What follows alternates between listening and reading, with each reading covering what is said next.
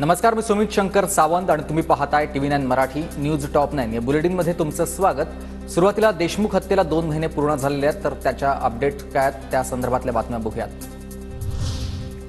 संतोष देशमुखांच्या हत्येला 2 महिने पूर्ण झाले। धनंजय मुंडेंचा कराडला पाठिंबा नसता तर क्रूर हत्या झाली नसती, दमानी यांचा हा निशाणा आहे। तर मुंडे मंत्रिपदावर असेपर्यंत दबाव राहणार असाही आरोप।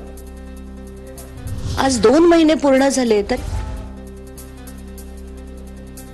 धनंजय मुंडेंचा राजीनामा घेणं मुख्यमंत्र्यांना आवश्यक वाटलं नसेल, मुख्यमंत्री उपमुख्यमंत्र्यांना गरजेचं वाटलं तर ते राजीनामा घेतील, मंत्री पंकजा मुंडेंचं वक्तव्य।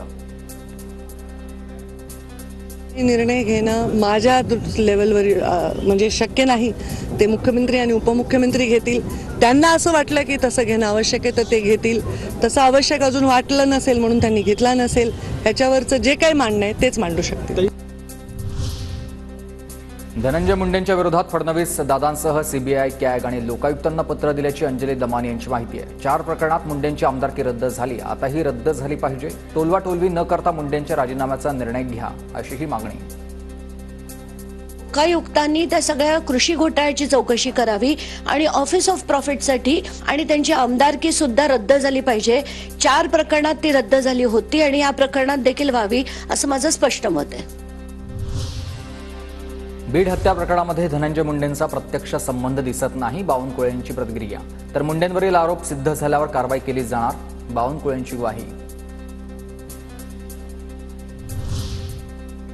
माझ्या वडिलांना 3 तासात संपवलं आणि 2 महिने झाले तरी आम्हाला न्याय मिळत नाहीये। सरपंच संतोष देशमुख यांची मुलगी वैभवी देशमुख हिनं व्यक्त केली आहे खंत। तर काही आरोपींचे मोबाईल 14 तारखेपर्यंत सुरू होते, मोबाईल ट्रेस होणं महत्त्वाचं आहे, धनंजय देशमुख यांचं हे वक्तव्य।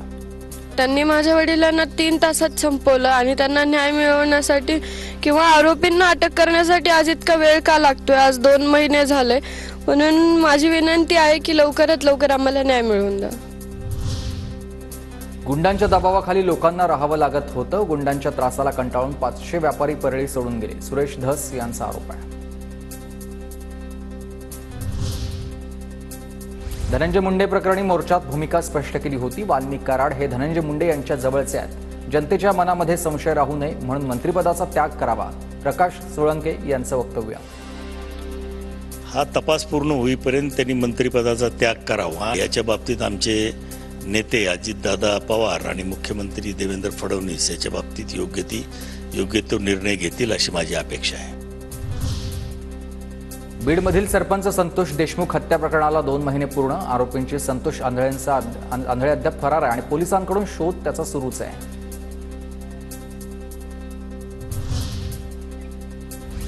न्यायाच्या प्रतीक्षेत आहोत, आम्हाला न्याय हवाय, महादेव मुंडे यांच्या पत्नी ज्ञानेश्वरी मुंडेंची मागणी। पुढील आठवड्यात मुलांसह एसपींना भेटणार असल्याची माहिती।